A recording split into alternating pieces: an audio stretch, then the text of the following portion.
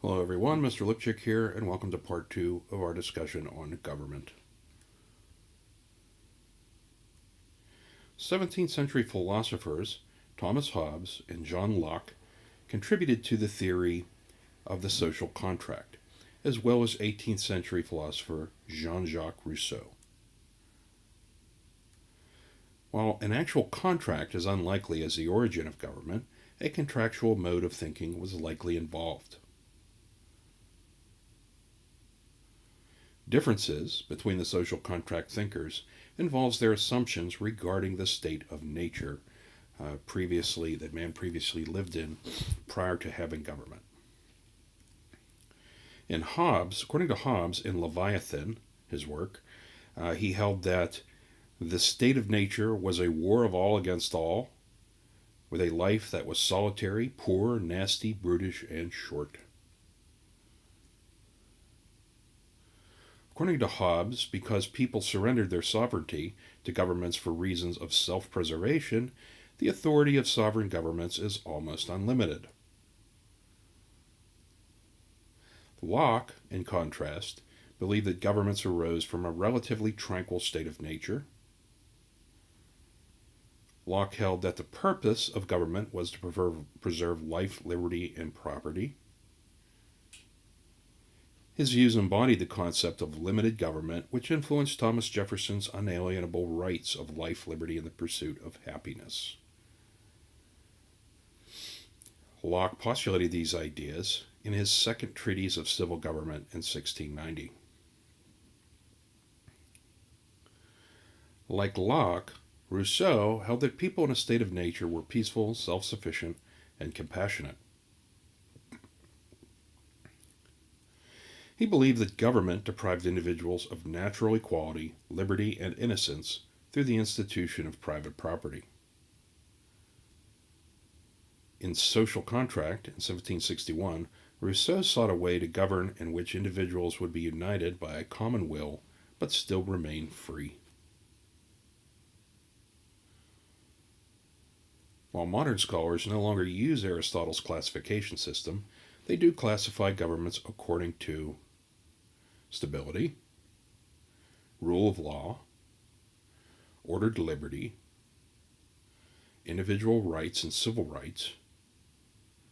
Popular forms of government that resemble Aristotle's parity include constitutional democracy, liberal democracy, and democratic republics. Scholars still classify governments according to the locus of sovereignty. Direct democracies, as in ancient Greece, are no longer practical, except for small town meetings. Today, most governments have representative democracies where individuals are elected to represent voter interests. Totalitarian or authoritarian regimes still exist in the form of dictatorships. A constitution is defined as documented laws drawn up by a government. Constitutionalism, it refers to the system of fundamental principles of governance of a country or entity.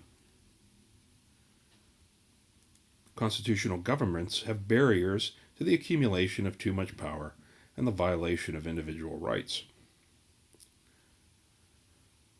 Examples of constitutional governments include the United States, Germany, France, and Japan.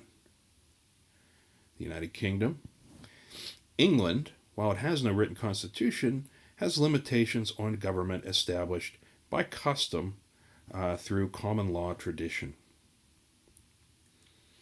And important decisions were those, for instance, the Magna Carta, limiting the power of the king, 1215, the Petition of Right in 1628, and the Bill of Rights of 1689. Authority can be distributed horizontally or vertically. Horizontal distribution refers to allotment of authority among different branches of government.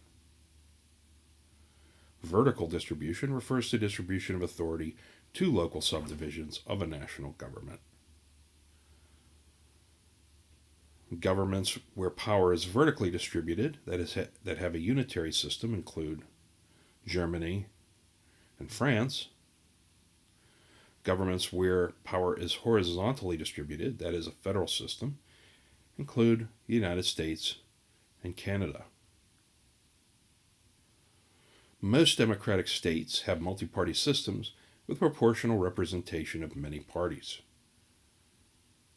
These parties are classified as left, center, or right, depending upon the economic or political goals of the party. The American party system is less disciplined, with two major parties, Democrat and Republican, prevailing. Interest groups lobby government and democratic government seeking social, economic, or political reforms. They vary greatly according to their goals and number in the many thousands. Unlike parties, they seek to accomplish goals rather than control government. Transnational government organizations exist to build peace and prosperity among nations. The League of Nations was the earliest organization seeking to maintain peace, but ultimately failed with the outbreak of World War II. The United Nations was created at the end of World War II and addresses many economic and political issues of a worldwide scope. The European Union is a transnational organization that unites many European nations in a series of common economic and political goals. They continue to evolve as close ties are sought and conflicts among the states are addressed. That concludes part 2 of our discussion on government. Thank you for attending, and I look forward to seeing you in the live lesson. Have a great day.